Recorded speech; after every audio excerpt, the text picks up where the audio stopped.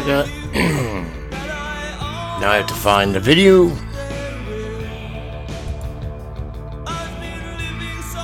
It says I'm live.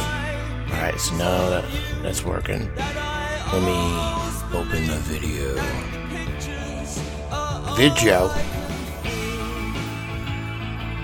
The video. Oh, it's on me. We're getting there. I wish there was a better way, but this is the only way I know how to do it. You gotta go live and then get the link. Where's the fucking link? Aye. It's my channel. Why are you gonna show me? It's ridiculous. My channel. They're gonna show my live video. Alright, well then I can do this right. There we go, here we go. Whoa. Let's paste. Paste. What are you doing? No. Thank you. Jesus Christ, is anything gonna work right? Publish now. Whoa.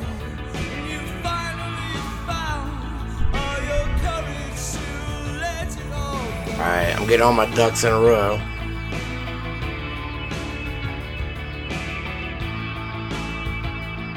And then we'll get started once I start getting some peeps.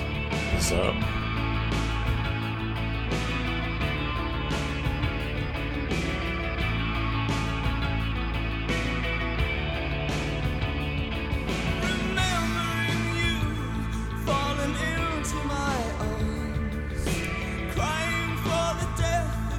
Pop that out. Am I frozen? Yeah, damn it.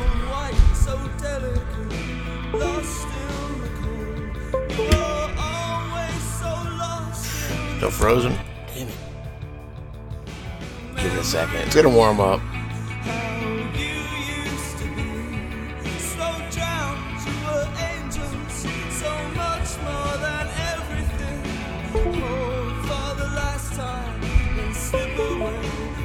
There we go. Alright.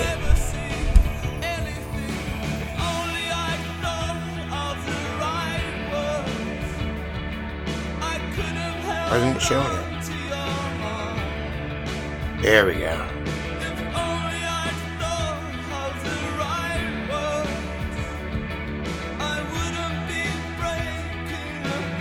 Woo woo.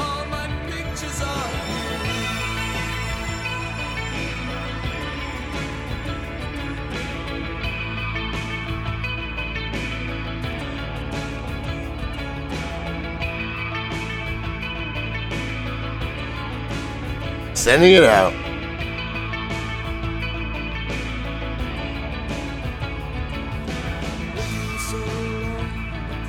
Well, hello.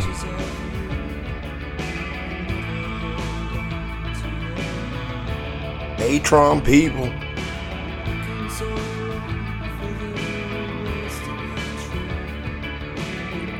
I'm sore now that you mention it. Whoa.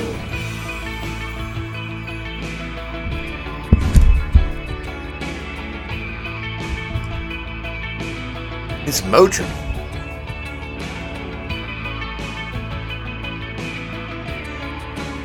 I hope you did as well.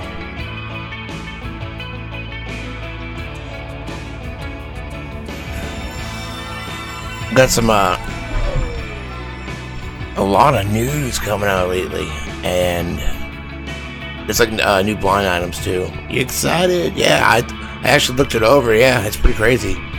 So yeah, Liz actually sent me some info, like put together some blind items. I didn't get all the goddamn links together. And that Michael Jackson shit, Macaulay shit, damn dude.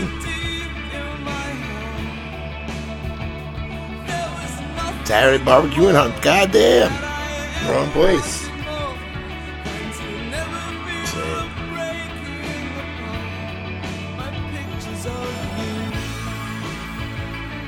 Where's the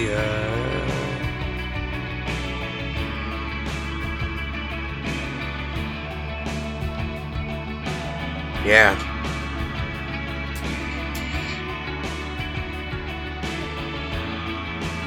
Or I can just plop this in here.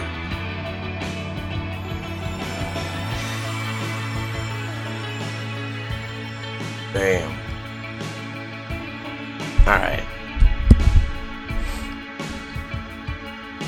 Let's get that ready. Whoa! Wow. Get that ready over there. I didn't want to put it there. Oh well. Now I need a new pop-up. Restore chat. Here we go. There he is. They're sleeping, believe it or not. We did yard work all day, and then they went, to Market Common, to the park with their mom, so.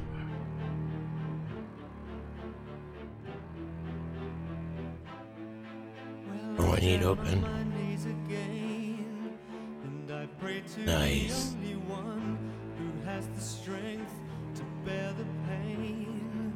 Oh, these aren't links with this?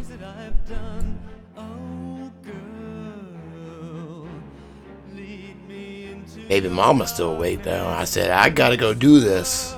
It's Patreon. It's a good excuse, because people actually pay money. That's what she's all about.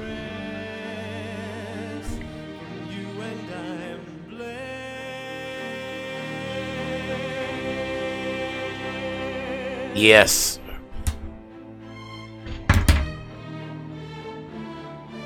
Oh, you knew? You knew what it was? How'd you know? Did she tell you?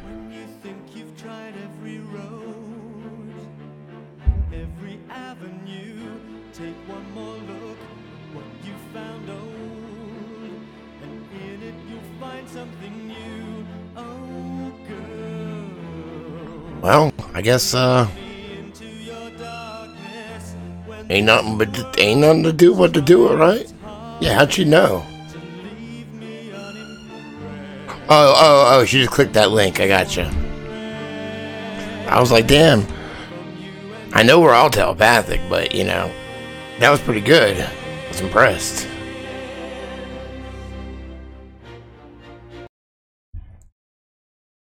Let's get started, shall we? If I can get this to turn around. Oh, wrong one. God damn it. This is what Crazy Days and Nights. Get rid of these fucking ads, man. I have to open it somewhere else to fucking read it.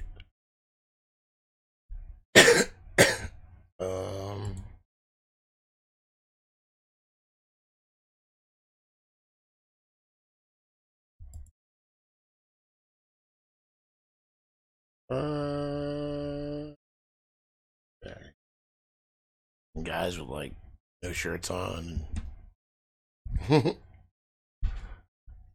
That's what she said, Liz. Alright. I need music, but I'll just turn it down more.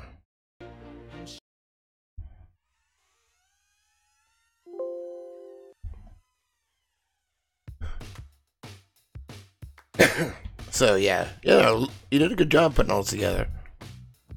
Thursday, September 19th, 2013. Today's Blind Items. The cruelest show ever. Kind of old Hollywood. An actress is selling her story. Not her life so much. Not her life so much, although it will be included. But her life on one particular tale. I gotta change it. I hate reading how he writes it and shit. I gotta change it up here and there. But her life on a particular TV show and the aftermath it wrought. That's weird. I've always wanted to use that word. I've never heard that. Like that. Like rotten. Rot. The show was a huge hit when it was on the air. It was in color. But barely. It has also been called cursed. This actress, who never really worked again after it aired, is telling publishers on more than just the curse. Oh. Is that real? Is that a real word, or did he fuck it up? She's selling them on what happened behind the scenes on the show, where she was basically forced to have sex with the lead actors and producers, and that the young cast on the show had no choice either, and that both boys and girls on the cast were molested, and as they got older, forced to have sex. She also claims that the most well-known actor on the show, who was probably almost A-list at the time, was not only having sex with his television daughter, but also his real life daughter too. It's like motherfuckers. The actress says that everyone was complicit and that the studio heads would come over to the soundstage during the day and have their pick of extras on the set that day. Our actress also had interviews with other female TV actresses of the day who say their shows were very much the same and that it was no wonder so many of the women hid behind a veil of drugs and booze as they got older and so many died tragic deaths. Yep.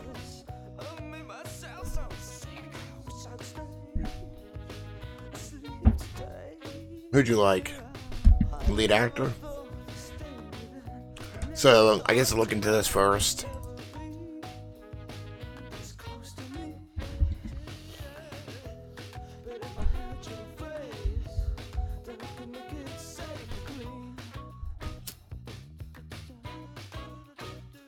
Now, I've never seen Family Affair. Even the name, though, you know what I mean? Like, Family Affair. And the guy was having sex with his family daughter, his real life daughter. What the fuck?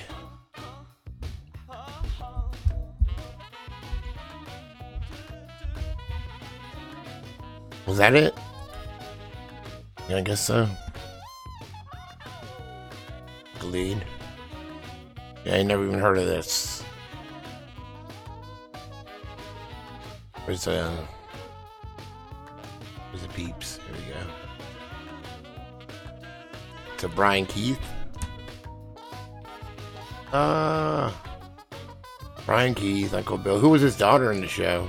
Was it Buffy? Yeah. Should we watch a little bit of that? Maybe rush, like fast forward through it.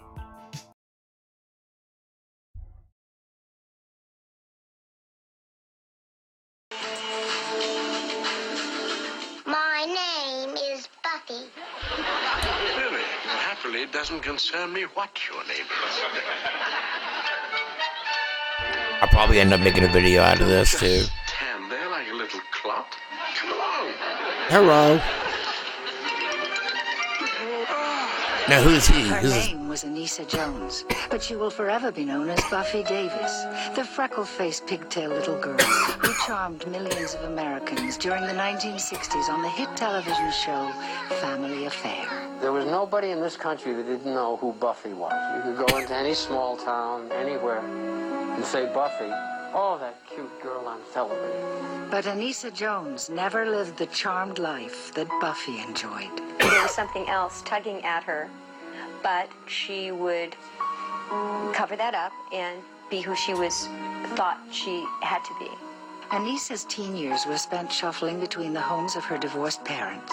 She dropped out of high school and began drinking and taking drugs. She just didn't really have any love or any attention. And what do? You crave that. People need it. And she went out and found it elsewhere. Anissa's search for stability took her down a destructive path, and in 1976, the former child star was found dead of a lethal drug overdose at the tender age of 18. And I remarked to my partner that she is so pretty, she just didn't seem like she was gone. In the next hour, we will look back on the rise and tragic death of one of Hollywood's most adorable and tormented child stars. There's a part of me that is not there. There's a part of the show that is definitely gone. And that's sad. Anissa's story will include interviews with family members, friends, and co-stars, and will feature memorable television footage and a large collection of personal photographs. She had an awfully tough life. She had to be a grown-up kid. She had no child. Real quick, these old Hollywood stories are fucking great resources. I'm just saying. Now you know. None. Never had a chance. And for the first time, Anissa's former boyfriend will publicly recount the horrifying details of her tragic and terrible death. I ran upstairs and, I knew when I looked at her that she'd pass out. So, we dressed her, basically. We put some clothes on her and we called the paramedics immediately. Was Anissa Jones' death a suicide? Or did a wild night of partying simply go awry? People that she was running around with and the things that they were doing, something like that was just bound to happen. This is the story of the little girl known as Buffy, a beloved child actor whose life ended before she had a chance to grow up. This is the story of Anissa Jones, the true Hollywood story. The dream from life's ambition was to be the star. Buffy in a... Again? Damn it. I'm so impatient that I fuck up all the time. Child actors such as... God, alright. Yeah, I can't wait 2 seconds, you know?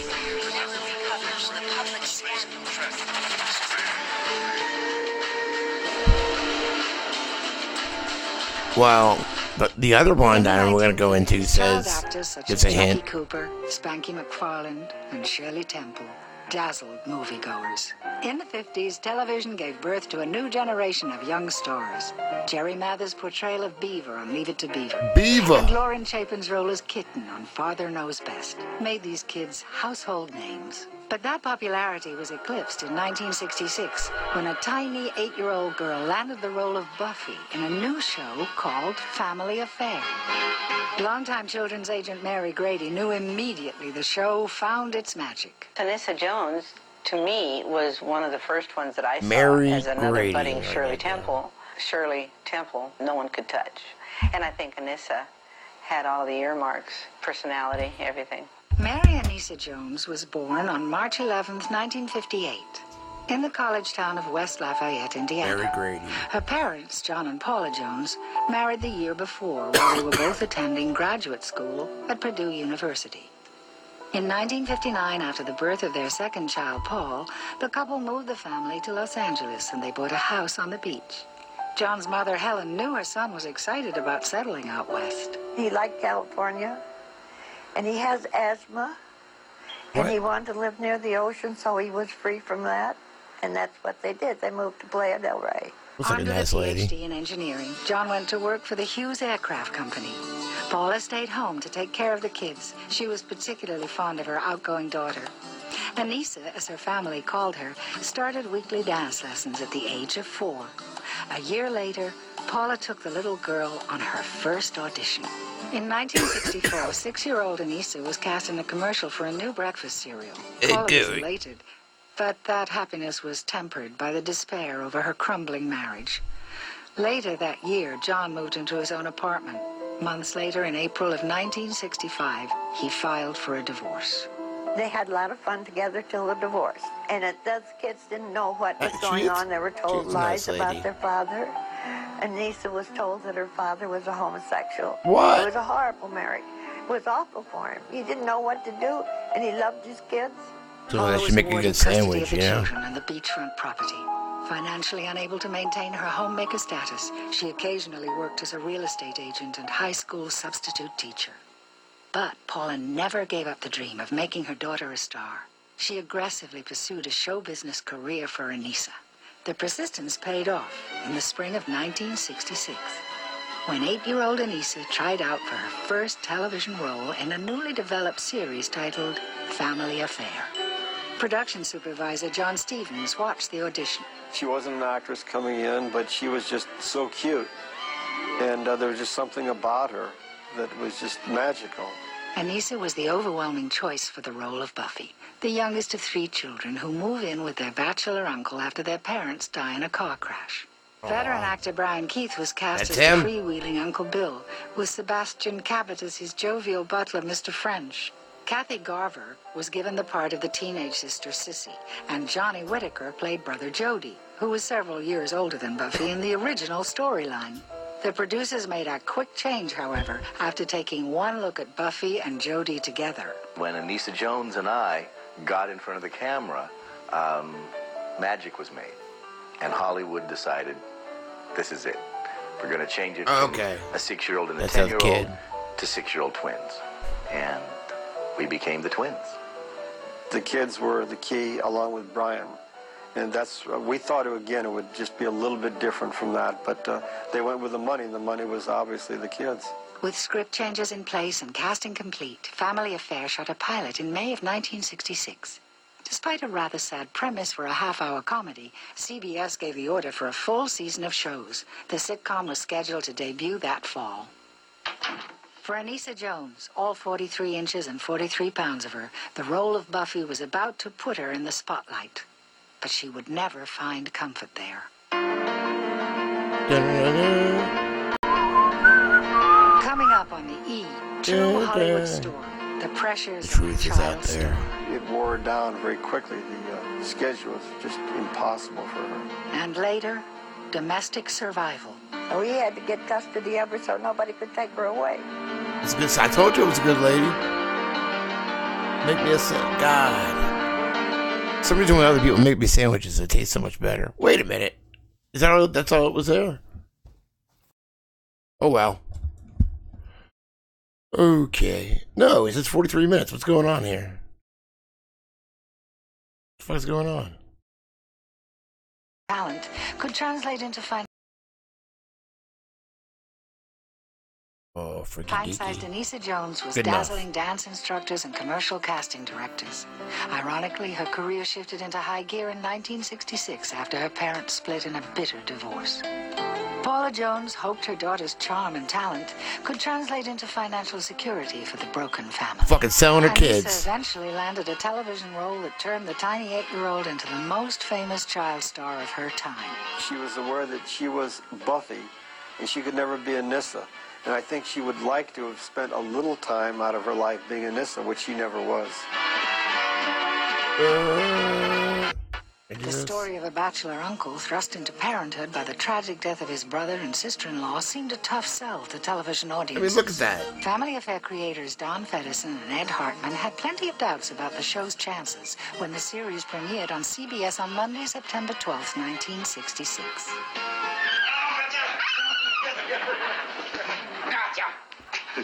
You're gonna take good care of French while I'm gone, huh? Mrs. Beasley will take care of French. Bill, I'll bring the car around. Big fat Mr. Belvedere. Jody!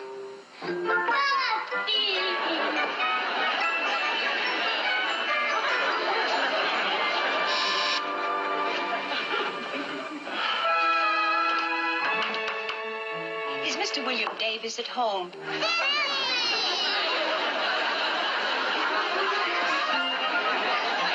Initial fears of failure were short-lived. By the middle of the first season, Family Affair became one of the most popular series on television. Brian Keith was billed as the star, but audiences fell in love with the characters of Buffy and Jody. That didn't bother the usually gruff Keith, according to his former wife, Judith Holden. Brian had wonderful rapport with the children. She looks like a bitch. He loved working with them. Well, how can you make something else important when you've got two faces like Oh, that's fucking creepy. She said he was Two-Faced, but she was talking about the kids. I know, but still. Look at him. I don't like him. I don't like to look at. I don't like the, yeah. Like that, to look at. Yeah, exactly. Johnny and Anissa, they were just wonderful kids. She knew, yeah. Writing partners Austin and Irma Kalish were instructed to develop most of their storylines around the twins. The Kalishes were particularly partial to Buffy. Just as John Feddersen envisioned her as the best little girl in the world, everyone envisioned her the same way, perhaps wishing their own children were like her or thinking they were like her. Jody, yeah. I'm scared. I don't want to be a big ballet star like Miss Denver. Why not? Buffy's tremendous appeal quickly turned her into the most recognizable little girl in America. That's what I'm scared of. I like it here with you, Sissy, and Uncle Bill. I don't want to go all over the world. I'm only in the first grade. Part of the appeal of Family Affair was the show's willingness to tackle sensitive subject matter. In one of the series' most touching episodes, Buffy befriends a classmate who is too ill to attend school. The ailing girl was played by Eve Plum, who would later be known to TV audiences as Jan Brady on The Brady Bunch. Okay. The storyline was that she was dying of leukemia, which I guess was explained to me in some way. The idea being hey, my girlfriend has resting bitch face too. That's her excuse. How sad is that? That's so horrible. So they're going to bring her little presents before Christmas. It's very sad. But why do you want your Christmas party here? Because you're my friend, and your mom says you won't be able to come to our house. Could we, Mom? Could we have the party here, please? Look at that hair. Yes, darling. Let's be fun. Good. Then we'll pretend like it's December and have a real nice party. Guys, she just looked like she's gonna beat her. Audience's love affair with Buffy produced a marketing boon for Family Affair. By its second season Buffy. in 1967, there were coloring books, paper dolls, and lunchboxes Buffy. featuring Anissa's character. She even had her own line of clothes. And Buffy's constant companion, Mrs. Beasley, became the best-selling doll in America. Anissa's agent, Arthur Kennard, believed his client was oblivious to the hype. I don't think Buffy ever really knew how important she was. She was a regular person, young. What's his name, person. Arthur? I don't think she knew how important she was. Yeah, Arthur. She was a regular person, young. I'm writing person. stuff down, taking notes. I don't think she was even aware of the amount of publicity that it was They generated. probably all fucking when she knew. walked in a room. By 1967, Or 9-year-old involved. Anissa Jones had one of the most demanding schedules in Hollywood. She spent Goddamn weekdays on the set disgusting. of Family Affair and weekends on the road doing publicity for both the show and her Looks like growing the Salt line of Girl. merchandise. It was an enormous workload for a child. Exactly. The show's production supervisor, John Stevens, worried about the consequences. She was happy with the role at first. It was all very glamorous, but then it wore down very quickly. The schedule was just impossible for her. Stevens expressed his concerns to Anissa's mother, Paula. The only thing I would ever really say that I would find fault with Paula is that we all said, please, since you have a direct relationship with Don Feddersen, please speak to Don Feddersen and tell him that Anissa needs some time off. She's got to lead a little bit of a normal life. That was never done. See? Money, money, money. Did not take the advice to heart. Anissa was kept busier than ever. The business-like relationship that developed between mother and daughter was noticed by co-stars Johnny Whitaker and Kathy Garver. She obeyed Paula. She did what she was told. Probably from an authoritarian type of relationship. Paula was very authoritarian. Whenever Paula spoke, Anissa listened, and that she was very obedient, and she did what, Mommy said. Anissa was making lots of money for both the show and her family. No one in power was willing to alter her workload. Oh. I mean, of course. Coming up on the E! True Hollywood Story, Anissa's unhappy family affair. You could see it in her face. I mean, she did not show a loving relationship with her mother. And later, picking up the pieces of her shattered life. She'd come to the door with a suitcase and said, not that I want to do this, but Wait a I don't minute. know where else to go. Is that lady, isn't she in fucking, I think she's a neighbor in Harry and the Hendersons with the Sasquatch. I'm pretty sure. She's like the bitch neighbor with the dog or some shit. Can we move in? Who doesn't like that? She comes in, she's like...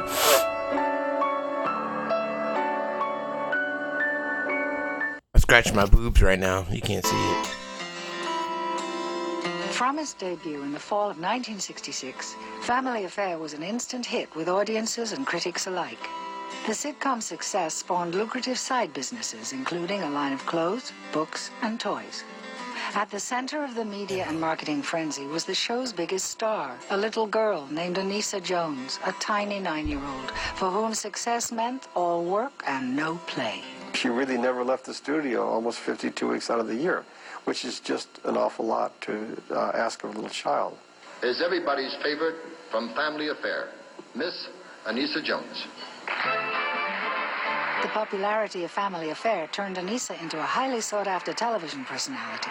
In 1967, at the age of 9, she became one of the youngest presenters at the Emmy Awards. Isn't she cute? Ugh, big-ass dick nose. Look at that guy. Anissa also Freddy ventured Krueger. into the talk show God world, damn. serving as co-hostess on The Mike Douglas Show. I understand that Sebastian teased you when you were here last about being on the show and everything. Did he say anything about that? Well, no, but he's on the show. He was on the show, wasn't he? Yes, he did a whole week with me.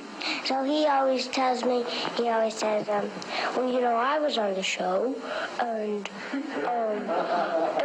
you really are going on the show? Whoa. Is that the way he talks like that? Well, he has, Deep voice, yes, he did. well, he's a man. Oh, yes. He had a higher voice, he'd be a girl, wouldn't he? Huh?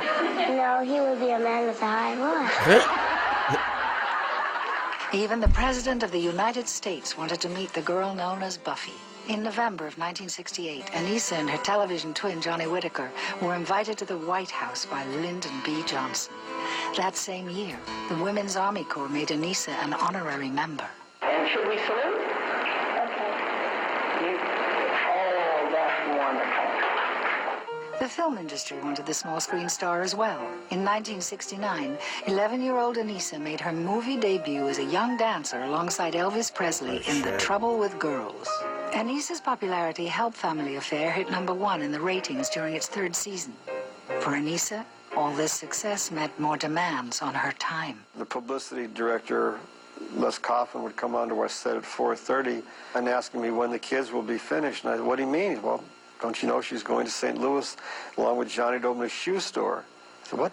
Yes, and then she's going to New York to open a department store. Then she's going to stop down in San Diego. I said, all of that in one weekend? Money. And that was it. The pace never slowed for Anissa, even after she broke her leg in a playground accident in April of 1969. The Family Affair writers simply incorporated the injury into a story. You think it really was a playground accident? I just hope she didn't tear her jeans. She didn't tear her jeans, Uncle Bill. She broke her leg. They needed a show with her having a broken leg. So in one day, we wrote a script that they had to take and shoot the next day. Hey, how is it? Pretty bad? It's okay. By the late 1960s, 11-year-old Anissa was outgrowing the young character she portrayed. Anissa loved Mrs. Beasley for the first year or two, but then she figured, well, she'd go on to something else, but not on Family Affair, not at Don Feddersen. If something worked, it kept working. Why change it? So we never changed it, and to the last day, Mrs. Beasley was there with her. Anissa was too much of a moneymaker as a little kid, and they didn't want to let her grow up. Anissa longed for a conventional life.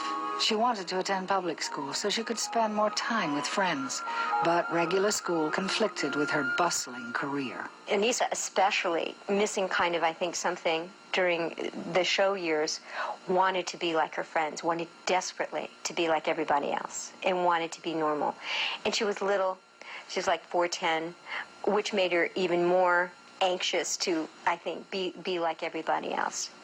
Anissa also suffered because of a complicated relationship with her parents. She never saw and rarely spoke of her father, John, in the years after her parents' divorce in 1965. Talking about her dad was taboo. You know, we didn't discuss her dad. We would talk about other things, and, you know, so I never really knew what the story was. I knew that they were divorced. I knew what divorce was, but that was about it. You didn't talk about John Sr. Paula was frequently quoted in the press as saying, "We don't talk about Anissa's father, he's out of our lives." But John Jones was living in Southern California and desperately wanted to be part of Anissa's life. His ex-wife's terse comments caused great pain. I've never met anybody that vicious. I guess I grew up with the wrong kind of people or something, but I've never met anybody that vicious. Paula's behavior also drove a wedge between her and Anissa.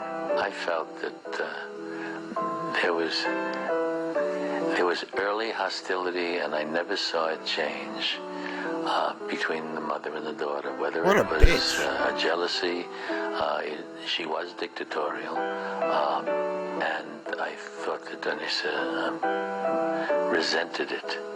You could see it in her face. I mean, she did not show a loving relationship with her mother. Despite mounting frustrations in her personal and professional life, Anissa abided by her mother's orders. Those around Anissa wondered for how much longer.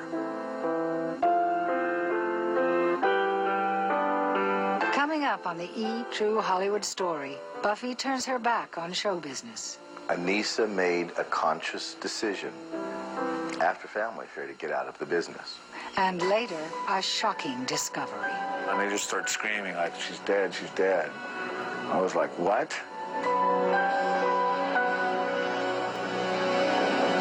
Yeah, for people that missed it, what we're doing is it's a blind item we were doing.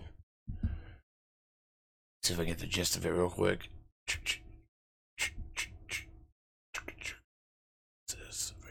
Okay. Actress selling her story. What is it? So it talks about a show, the cruelest show ever, Family Affair. is what we think. Thanks to Liz. Liz got all this info together.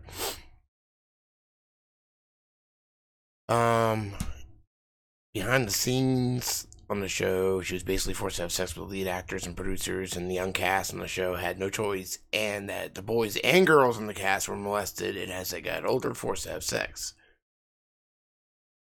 She also claims that the most well-known actor on the show, who was probably almost A-list at the time, was not only having sex with his television daughter, but also his real-life daughter. The actress says everyone was complicit and that the studio heads would come over to the soundstage during the day and have their pick of extras on the set. Our actress also has interviews with other female TV actresses of the day who say their shows were very much the same, and pretty much they all turned to drugs and booze, so yeah. That's what it is.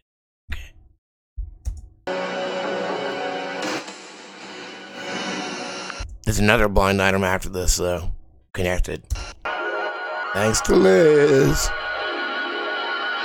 For 5 years, American audiences carried on a love affair with Buffy from the hit sitcom Family Affair. But by the early 1970s, 13-year-old Anissa Jones privately yearned to shed her childlike television persona. She also wanted a bit of normalcy in her dysfunctional personal life. Anissa was about to get her chance. She had tasted success, but she hadn't tasted life yet.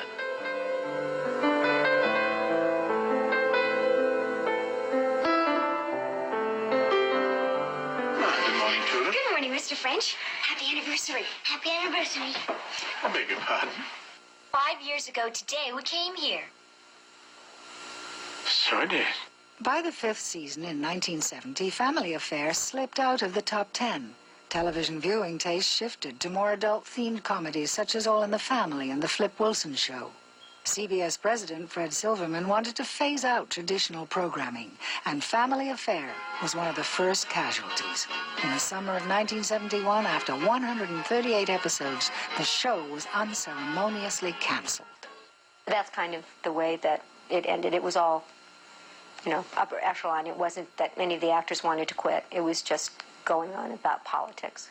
While most of the cast and crew of Family Affair scrambled to find other work, 13-year-old Anissa was thrilled to finally get a break. Anissa made a conscious decision after Family Affair to get Damn, out of him the too, business. man. She Him too. Didn't want anything else to do with it.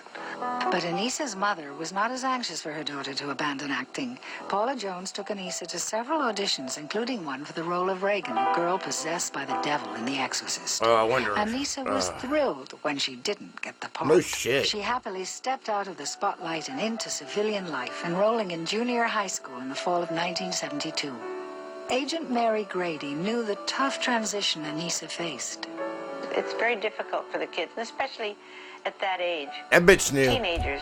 I mean, they're just becoming young adults, and here they've been away from all the kids in the neighborhood. I wonder what those sea monsters were doing. To fit in with her peers meant she did not want to be recognized as Buffy. She expressed her sentiments to classmate Tristan Marquez. I was definitely intrigued by the Buffy thing. I mean, you can't help that. But people knew her for who she was in the neighborhood and in the school. As for how she felt about Buffy, she liked to kind of keep a low profile about it. It kind of gave me the impression that she kind of wanted it to go, go away. Anissa's greatest challenges, however, were not in public, but inside her own home. The up-and-down relationship with her mother grew rockier as an increasingly eccentric Paula spent less and less time attending to her 13-year-old daughter. Friend Lisa Valdez often couldn't believe what she witnessed when she visited Anissa. The mom would answer the door with no clothes on, or hiding behind a newspaper, or she'd be in her bed yelling, saying, "Anissa, answer the door." And you didn't really see her much. She wasn't a motherly type. Searching for parental stability, Anissa turned to her father. John Jones had been absent for years, but in the early 1970s, he moved within a few blocks of his daughter's home. John's former fiancée, Elaine Watkins, remembers when Anissa re-entered his life. She'd come to the door with a suitcase and said, "Not that I want to do this, but I don't have anywhere else to go. Can we move in?" And that she was too upset living at home with friction between her mother and her. John relished the chance to get reacquainted with Anissa and his son Paul, but John and his mother Helen were startled at the apparent neglect. She didn't have a stitch of clothes to wear when she came to Johnny. The first thing they had to do was go and buy her a dress. In December of 1972, John fought to gain custody of 14-year-old Anissa and 13-year-old Paul.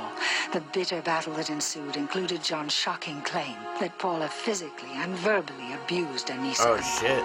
There was too much family friction between her and her mother, and Paul and her mother. And sounds like Mommy Dearest. It was sometimes violent, and she wanted to live with her dad. Paul had a mean disposition. How do you know what she'd do to him or do to her? She could come and take her away. So he had to get custody of her so nobody could take her away. After ordering psychiatric exams of both parents, a judge awarded custody of the Jones kids to their 44-year-old father, John, in April of 1973. Now in her father's care, Anissa finally seemed to be enjoying the stability she craved, but it would not last. Coming up on the True Hollywood Story, Anissa tries to numb her pain. She seemed to be getting involved with people that were doing more drugs and different criminal type of activities. Yep. And later, suicide or an accident. How could anybody allow her to go to that level where an overdose was possible?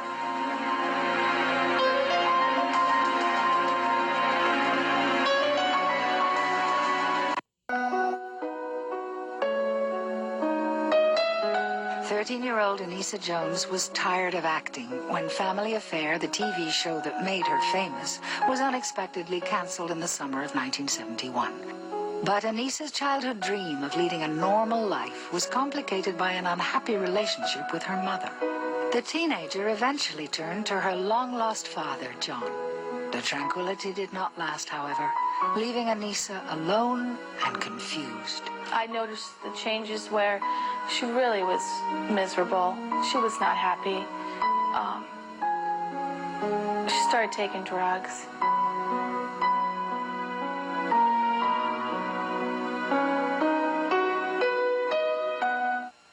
Anissa and her brother Paul found serenity inside their father's tiny beach apartment. In September of 1973, 15-year-old Anissa started public high school near her home and quickly made friends. John's fiancée, Elaine Watkins, noticed a change in her demeanor. Anissa would want to hold hands with Paul and her dad and me and my kids and say, "This is just like family, just like family." He used to go, "Oh, cut out that family stuff."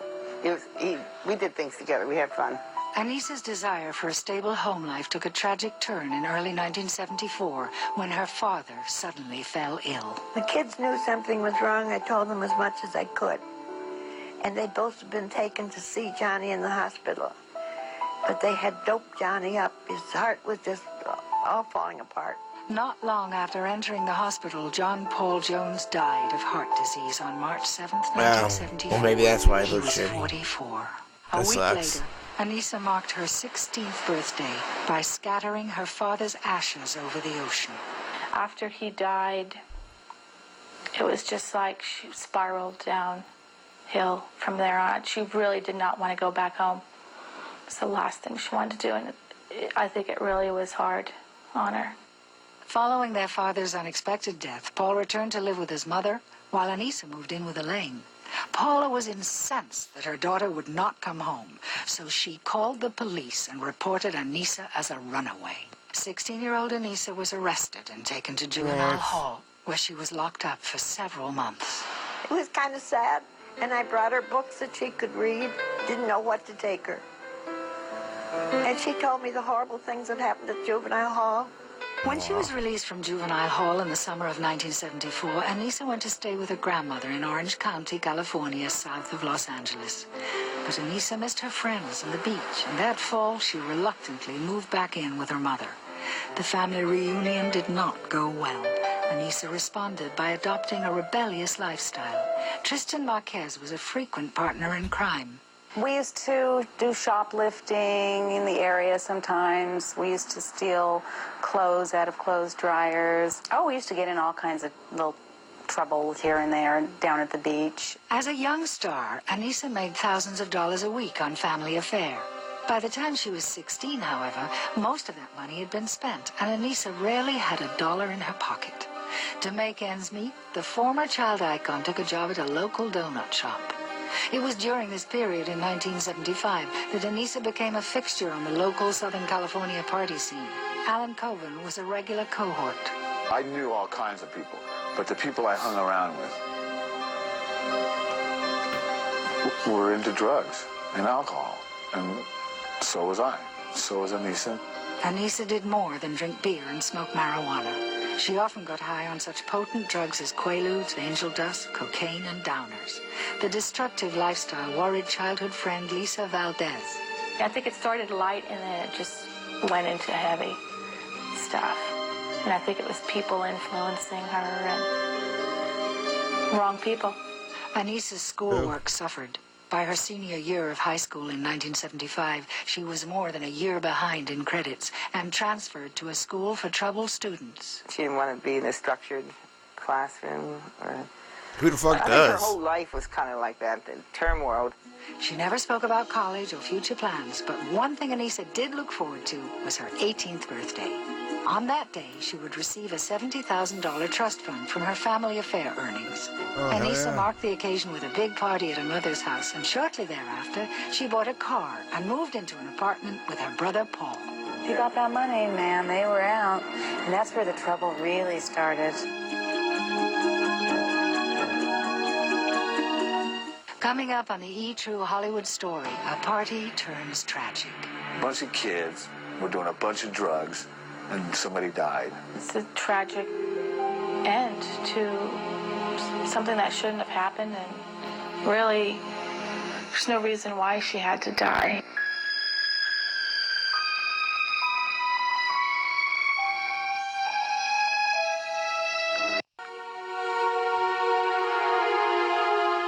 During her turbulent teenage years, Anissa Jones ended a successful acting career, said a final goodbye to her father, and struggled to cope with a difficult mother.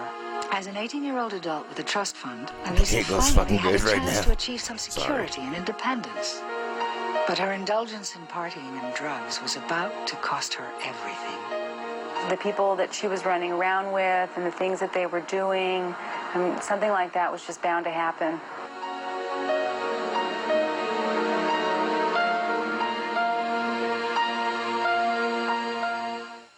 Mid-1970s, sex, drugs, and rock and roll were damn, it sounds like my shit right there, man. American culture. For real. 18-year-old Anissa got caught up in the scene. Her experimentation with drugs intensified when she and her brother, Paul, both still in high school, rented their own apartment in the spring of 1976. She had all kinds of real bad people in and out of that place and partying, and it was just not a good thing for her.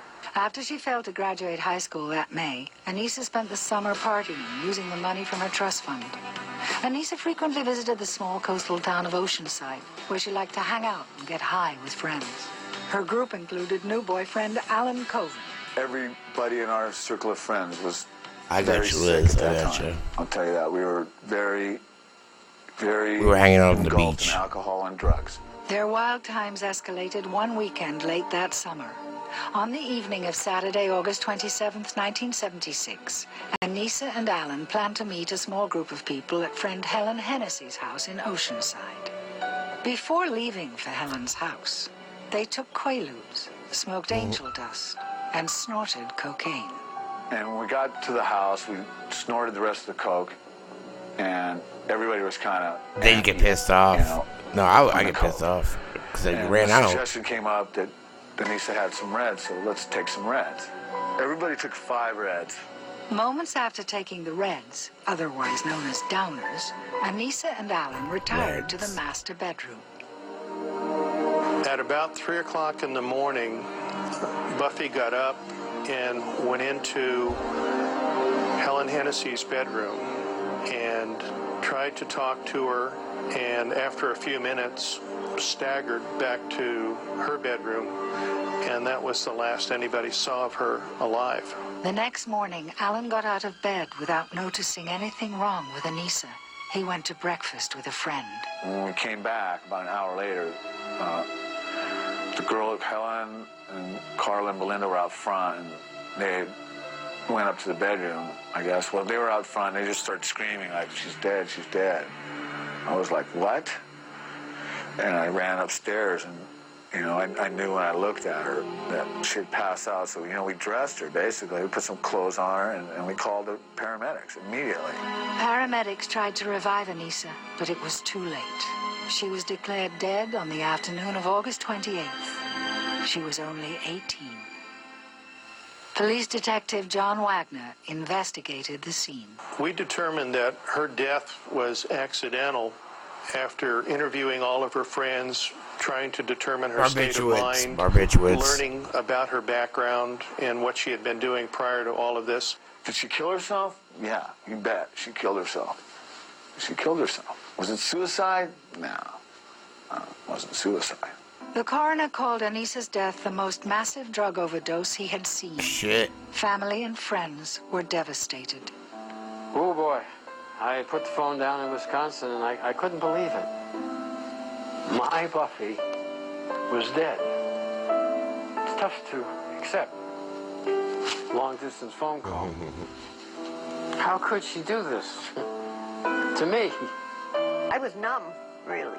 I couldn't believe it. Because I'd seen Anissa 2 weeks before and we had a good time. I don't think I was totally shocked. It wasn't like that kind of reaction. It was just a heartfelt, oh, my dear, my sweet little precious. You know, that type of thing. That, you know, not a shock kind of thing. Detective Wagner had to break the tragic news to Anissa's mother, Paula. She was in a state of shock. It was hard for her to accept it. Especially, it was hard for her to accept the fact that she had died of a drug overdose because, according to Paula, she was not aware of any drug use. Paula requested that Anissa be cremated. There was no funeral. Anissa's ashes were scattered over the ocean near her home in Playa del Rey. It's a tragic end to something that shouldn't have happened, and really, there's no reason why she had to die, you know? It's just, I wish someone could have intervened maybe and gone to help her, let her out of there, anything, you know, so she could be here today. Ow.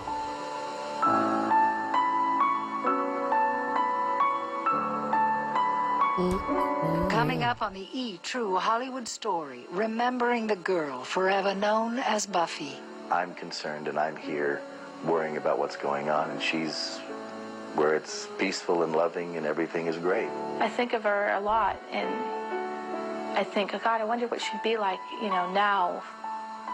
We don't have to watch any more sad stuff about it, but you know, that was pretty essential, I think. All right, yeah, it sucks. So I get some kind of barbiturates. I never liked them. Oh, yeah. Oh, I just get someone prescribed. I traded them, kind of. This is years ago when I was like 18, 19.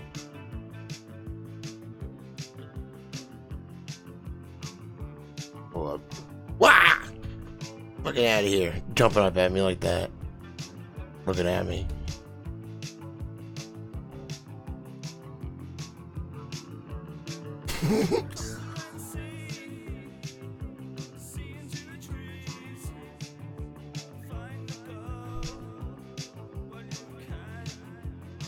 Ooh.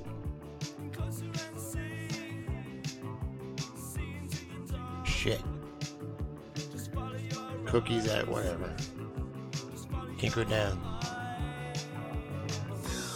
What's going on?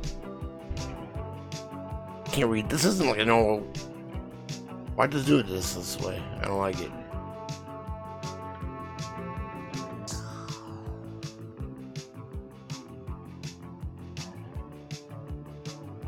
can't read like this. I'm not a robot. Get out of here.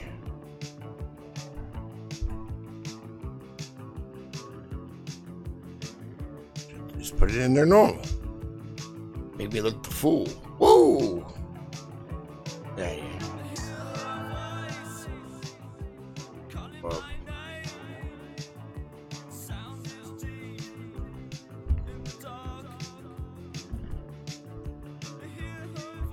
God, alright, do I really gotta do this?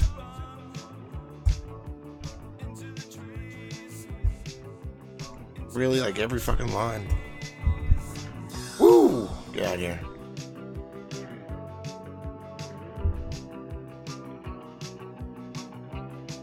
It's hard to get down there without hovering. Sorry, I'm OCD. Somewhat. I'm like lazy OCD. LOCD. Like, if I could do something about it, I gotta do it. But if it requires way too much work, I just kind of give up. Stone CD. You love it. Don't act like you don't. Alright. There's more. Is that good enough? One more? Yeah. That's just more like... What is all this shit? Oh, somehow I got all the fucking comments. I didn't mean to. Damn. No wonder. God damn it.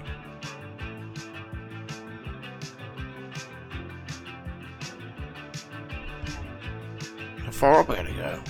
Holy shit. I don't have a mouse pad. This is kind of difficult. Enough. Get out of here.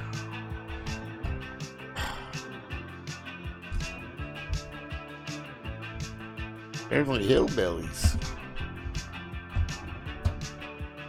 All this is on here? What did I get? Like the whole fucking website here? Whoa. That was a lot of goddamn work.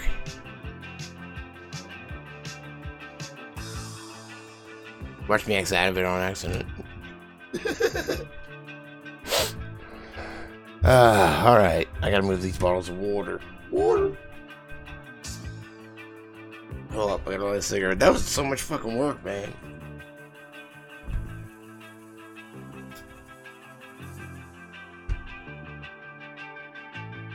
Friday, August 10th, 2018. 4 for Friday.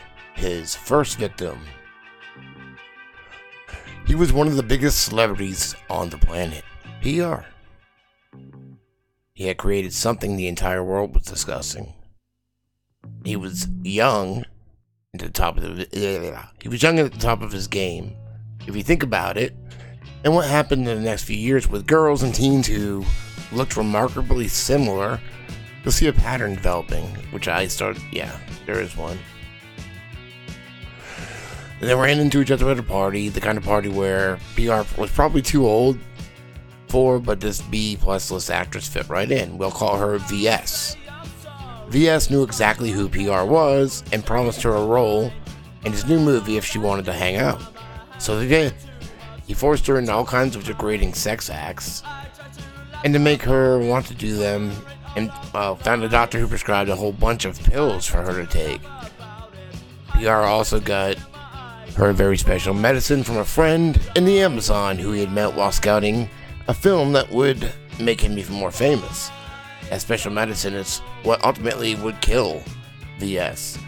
They were supposed to meet one night, but PR had already found someone he liked more and who was younger. He didn't want VS talking about him, so he told her to meet him late one night after she hung out with friends. He told her to take some of the special medicine. An hour before they were to meet, she did and ended up dead. A decade later, a family member of VS found out about PR and confronted PR about the death of VS. PR agreed to meet the family member 2 hours after their meeting. The family member was dead. So again, thanks to Liz, PR.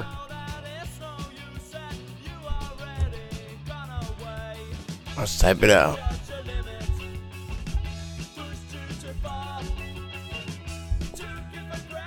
Private Ryan. And who directed Saving Private Ryan? That was Spielberg. Right? I think. He did, right? Whoop.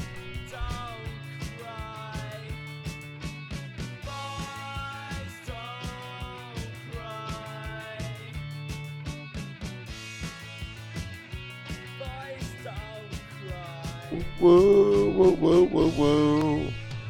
When was that?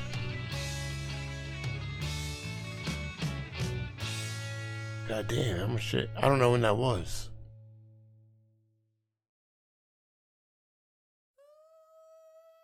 Stop. Read it again using the names. Oh, he did. It's right there. Alright.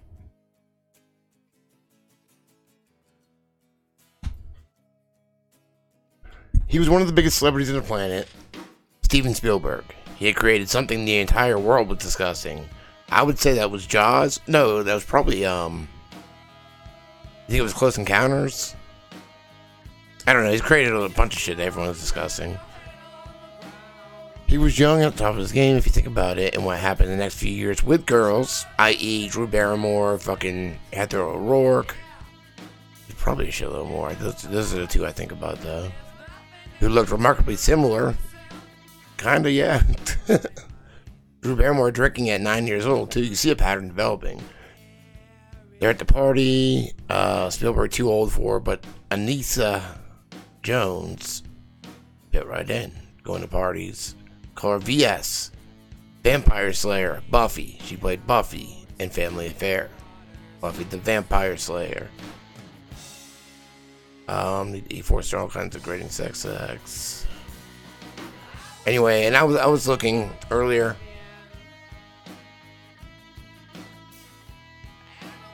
And I couldn't find anything that this is producer anyway. What's this goddamn thing?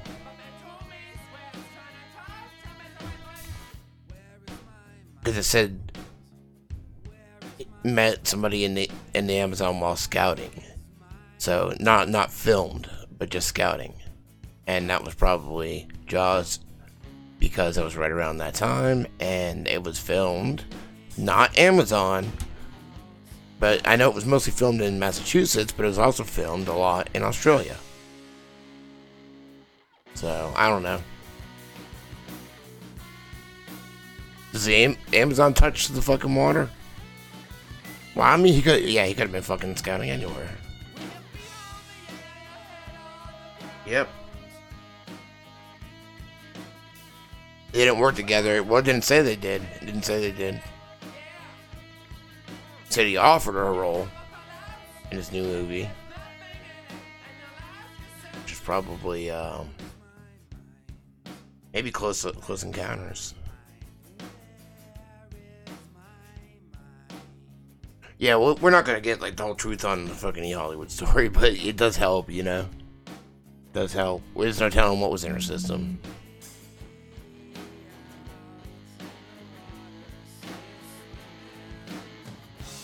Oh, where the hell am I? 70s. Whoop. I'm in producer. Close Encounters in 1949. So probably Close Encounters. Really?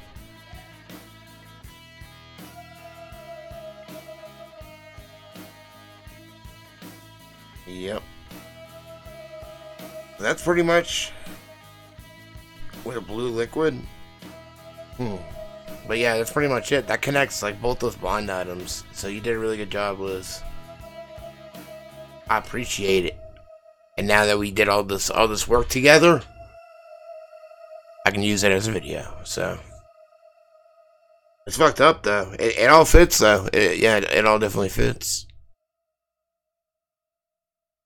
But I mean, the fucking pattern of the same kind of looking girls, you know.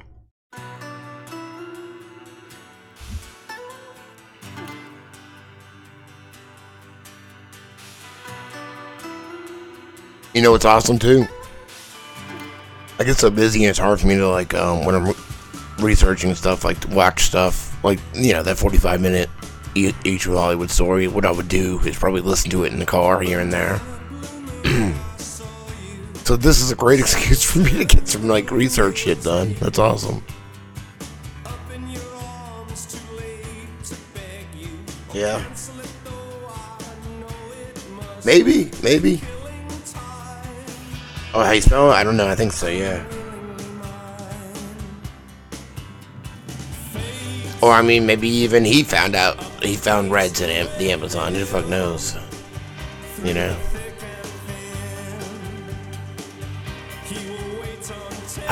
There's definitely more patterns to Mr. Spielberg that I want to try to look into.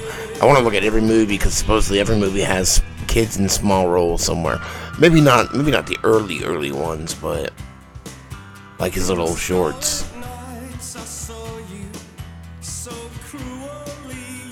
Yeah.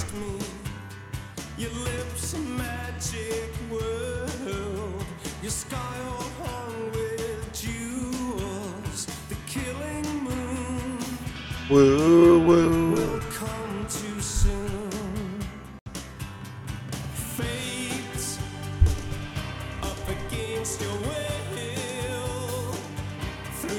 Definitely.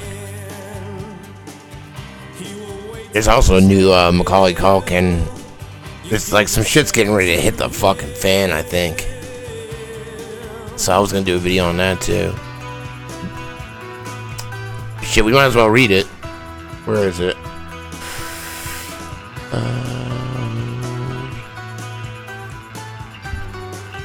What was that one called? I forget.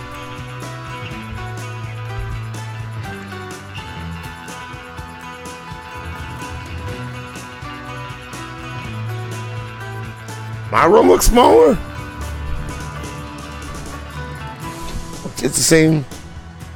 Well, I mean, maybe it's the angle. See? That's the ugly angle. That's where you can see like a bunch of junk over there. He's ready to talk? Alright. Oh, God. Fucking thing, man. Get out of here.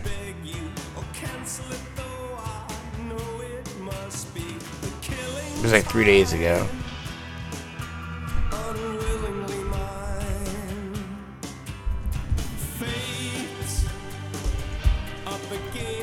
To talk. Oh, I'll flip you around too. She wants to talk. We can't let you talk. What is it? He's ready to talk? Is that what it is? He's ready to talk. He's ready to talk.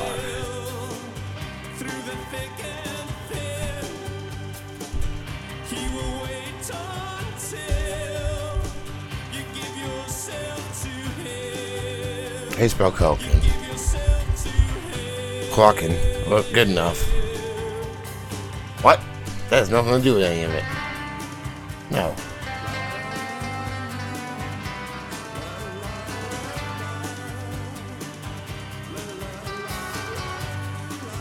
Damn it. It was like 3 days ago. What was 3 days ago?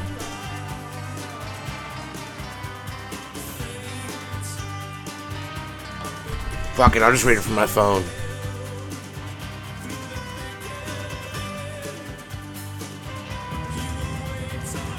Get out of here.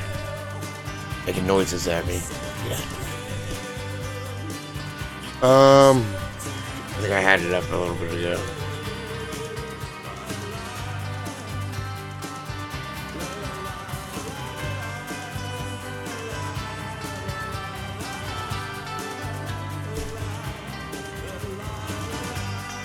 Alright. He's doing it, is what it's called. This is from March 13th, 2019, just the other day. This former A+ list. I should just read the fucking names. So, just say, like, this is what it sounds like, alright? Well, no, fuck it, I'll read it both ways. This former A+ list child actor has decided once and for all to go public with his story of being molested by the A++ lister. He was convinced of it when his pseudo-relative told him the whole family always knew that what was going on and would cover for him, and that the pseudo-relative should never say anything to anyone. The thing is, though, the pseudo-relative was molested and raped by one of the relatives who told her to keep quiet. Since that happened, she had been in and out of rehab and attempted suicide many times. She wants not only the A++ lister exposed, but also the other family members who covered it up and did their own molesting. Fucking Macaulay Culkin, Paris Jackson. I don't know who the other family member is, so probably his grandfather, you think? That's fucked up, man.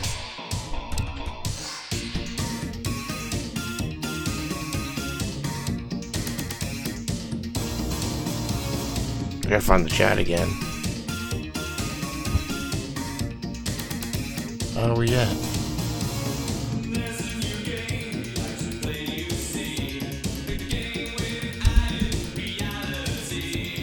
Yeah, you're right. It's your relative godfather. I forgot to include that. But yeah, pseudo relative. And so they're probably Joe Jackson, probably your grandfather, telling her to keep quiet.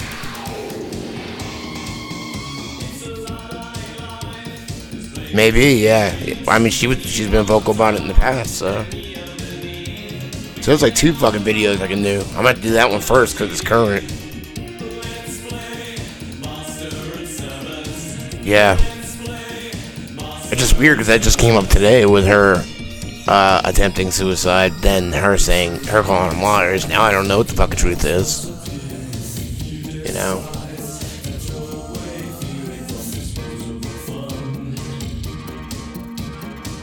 Yeah.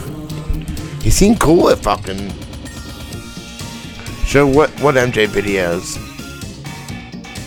Oh. I don't know how do I get to it? Where is it? What's it called? Where is it? Where is it? It is hard to know what to believe, but I definitely think with the company you keep and shit, you know, I think, yeah, I look at them differently now.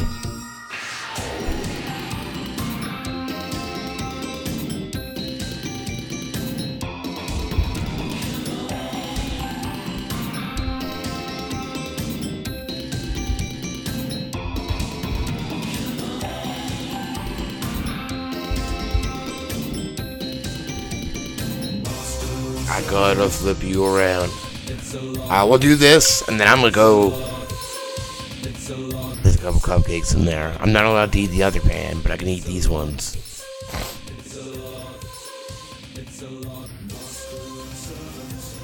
I think it was a successful stream, though, and I appreciate it. And I appreciate it, Liz, for your great detective skills here. I'd like to address this horrible HBO documentary about me. It's filled with lies and ignorance. I would never hurt children. I love sleeping with little boys, that's all. Just a grown man sleeping with a little boy. Of course I fuck them kids. Come on. It's so obvious. I was a good pedophile too, huh?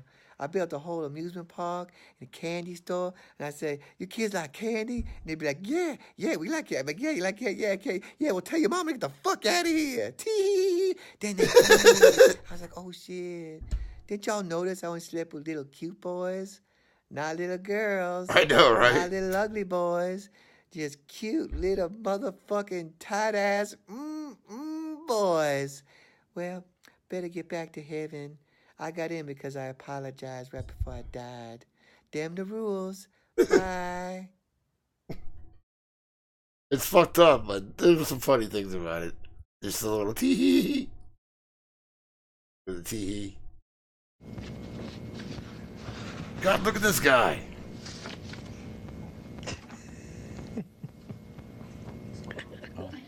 You know? She can't stop her from making There's nothing you can do. Fucking turn it into a demon or something. Of course, problem is it might put you to sleep. You're welcome. Yeah.